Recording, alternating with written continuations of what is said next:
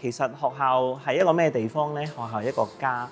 呢個家唔單止係棲身之所，更加係佢哋心之所向同埋所屬。同學如果返學，最重要第一就係安全感，第二呢就係期待感。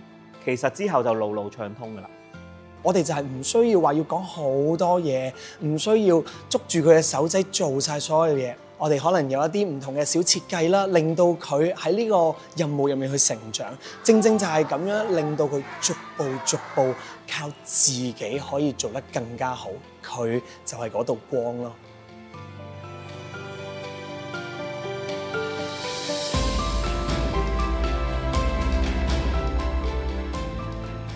咁啊，小黃菊都代表住新開始同埋希望。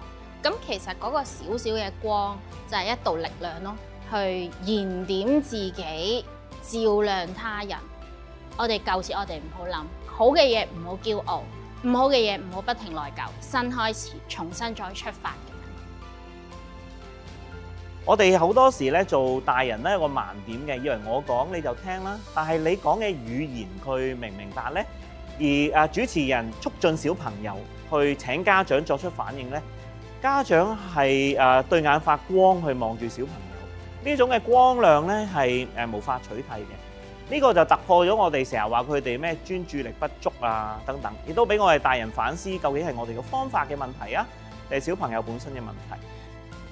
今日有一個位係好感動嘅，見到咧啲學生擰轉去後邊望住家長，佢哋覺得家長係佢哋嘅世界嘅嗰種感覺，我覺得係好觸動啊！我哋由小朋友把口話翻俾媽媽知，我同你講我愛你，我唔怕醜。呢個就係即係家庭之間都要有嘅連結同埋互動咯。我覺得今日都見到，我覺得係好感動嘅。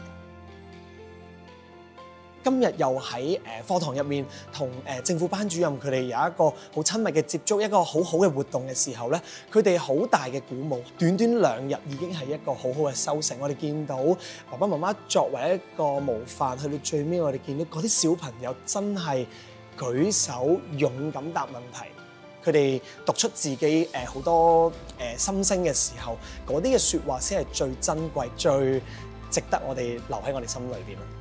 校長亦都帶動我哋好多老師啦、主任啦，其實都一齊粉墨登場。我覺得成件事好有群策群力，我好中意呢一種合作呢個咁嘅感覺啦，唔係為自己一個個人嘅榮耀啦。我哋其實就係想我哋基華出品，必屬佳品。無論我着咩衫，着西裝打呔好，着成咁呢，佢哋都係嗌我彩虹寶寶嘅。彩虹寶寶好似就係佢生命裏邊其中一個重要的他人一樣。咁我相信呢一直為喺未來嘅歲月係 treasure 呢一種嘅關係。呢個世界唔需要只係追求精英，最緊要趕走冷冰。只要我哋看得清、睇清楚每個小朋友，其實佢哋每一個都係閃亮嘅星星。我哋好多老師係即場去回應啦，即場去扮一啲角色啦，係願意為小朋友犧牲一切。經歷呢2日，可能係此生無悔嘅。